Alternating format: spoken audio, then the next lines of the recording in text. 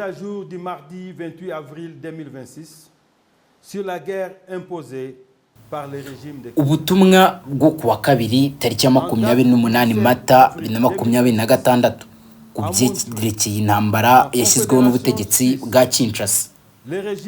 Kuwa 17 Mata 2026 i Montreal mu Busuwisi, ubutegetsi bwa Kinshasa bwari bwiyemeje ku mugaragaro kurekura mu gihe cy'iminsi 10 imfungwa za AFC M23 ndetse n'abasivile bose bafunzwe mu buryo bunyuranyije n'amategeko bakekwaho kuba abarwanashyaka b'umutwe wacu.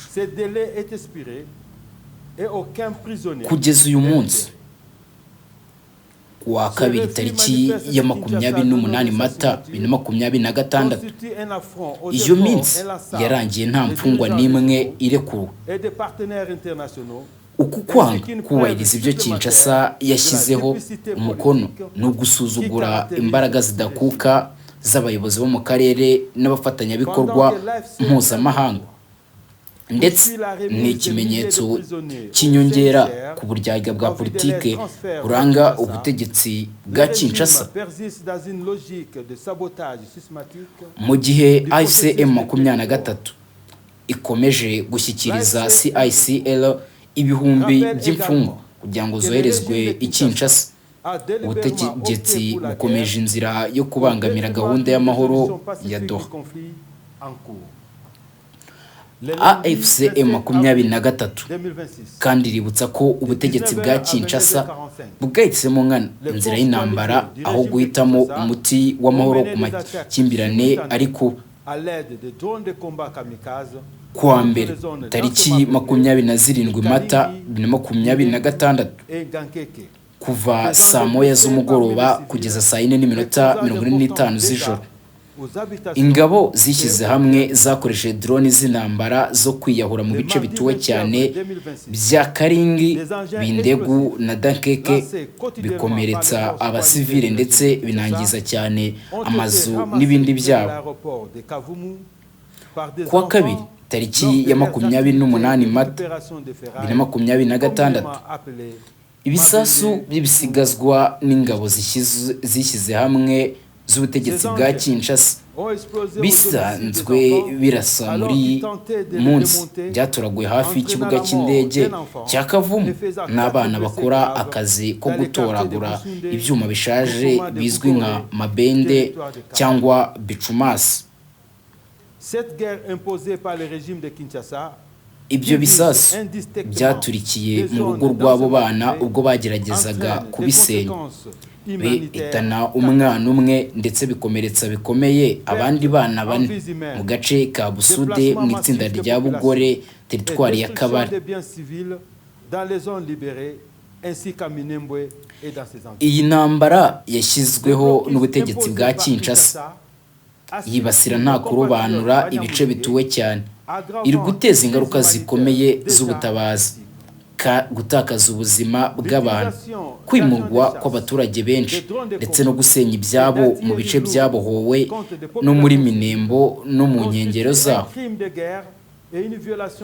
Ibihano n'ikorwa rya Burukusi ryashyizweho na Kinshasa biri kuniga abanyamurenge bagenzi bacu cyane, bikarushaho gukaza ikibazo cy'ubutabazi n'ubundi gisanzwe gikomeye.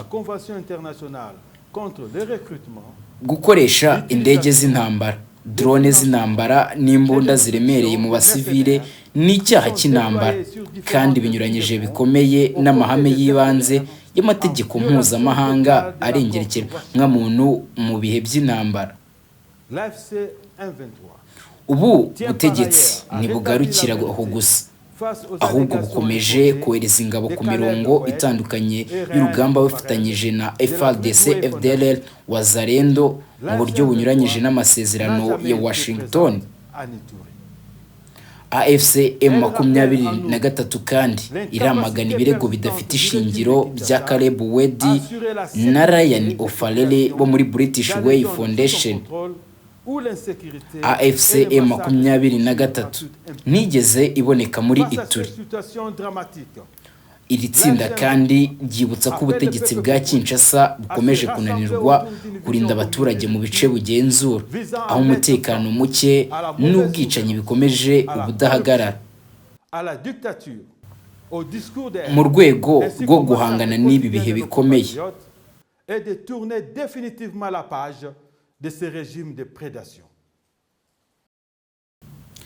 ndizera ko ukomeje kumera neza. Ni Lawrence Kanyuka, umuvugizi wa AFC M23, ni ihuriro ry'abarwanyi rigenzura ibice bitandukanye byo muri Repubulika Iharanira Demokarasi ya Kongo, aho yari ari gusobanura ku kijyanye n'amasezerano bagiranye, ubwo ndavuga hagati y'ihuriro ry'abarwanyi ba AFC M23 ndetse na leta ya Kinshasa, by'umwihariko aho yari yibanze ku kijyanye no guhererekanya imfungwa. Yavuze ko ku munsi w'ejo bari bategereje imfungwa mu masaha atandukanye, ariko birangira ntazo babonye. Gusa bo avuga ko bohereje imfungwa baziha CICR. CICR ni umuryango mpuzamahanga, Croix Rouge niwo ufite uri muri kibazo cyo guhererekanya imfungwa, nk'uko amasezerano yasinyiwe i Montreal mu Busuwisi abyemeza. AFC M23 kandi yongeye kugaragaza ko ubutegetsi bwa Kinshasa bwahisemo inzira y'intambara. Bavuga ko n'ubundi hari ibisasu byatewe kuwa mbere tariki 27 kuva saa 1 z'umugoroba kugeza saa 4 hakoreshejwe drone z'ubwiyahuzi mu bice bituwe cyane bya Karingi, Bindegu na Dankere. Ibi bikaba byarakomerekeje abasivile ndetse bikangiza cyane amazu n'ibindi byabo. Kandi baza kuvuga ko n'ubundi bisasu bigenda bisigwa n'ingabo za leta. Ubwo ni ihuriro ry'ingabo za leta, turabizi ko ihuriro ry'ingabo za leta harimo FARDC, igisirikare cy'igihugu, FDLR ni umutwe basize bakoze jenoside hano mu Rwanda muri Mata 1994, akabamo abawazarendo, ni urubyiruko ruvuga ko ruharanira ubukwishyira ukizana kw'abakongomani, ariko nyine bufasha leta kugira ngo icunge umutekano. Hakaba harimo n'ingabo z'u Burundi ko nazo zifatanya n'igisirikare cya leta ya Kinshasa. Rero iri huriro naryo rigenda risiga ibisasu. Baduha urugero rwo hafi cy'uga cy'indege cya Kavumu, murabizi cyaraturitse. Bahabonye rero ibisasu, ubwo ni ibisigazwa byatoraguwe n'abana batoragura ibyuma, bamwe mu Rwanda tuvuga ko basyaga. Byose ni byagiye bivugwa. Ikindi kintu nuko bavuze ko Kinshasa yahisemo inzira y'intambara. Reka tuave tujye tunyarukire muri village Urugwiro. Ibiro by'umukuru w'igihugu cy'u Rwanda village Urugwiro byemeje ko nyakubahwa perezida wa Repubulika yari ari kuri Parc des Princes ahabereye umukino wa UEFA Champions League muri kimwe cya kabiri kirangiza, na amakipe abiri yose akorana n'u Rwanda yari yakinye.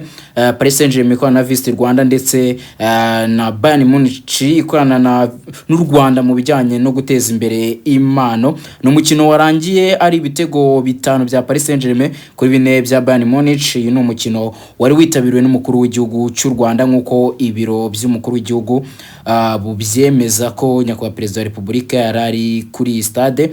Namwe ku mashusho meza mubona neza cyane. In the Quick Times News, ndi Benga Oziana, ndabashimiye cyane kuba mwabanye natwe. Ko uri wowe utarakora subscribe, banze kore subscribe kugira ibintu bigiye komeza bigende neza, tujye tukugezaho amakuru yose ukeneye ku gihe. Mahoro n'imigisha Nyagasani atanga bikomeze bane namwe. Gahunda za The Quick Times News zikomeze kubanogera.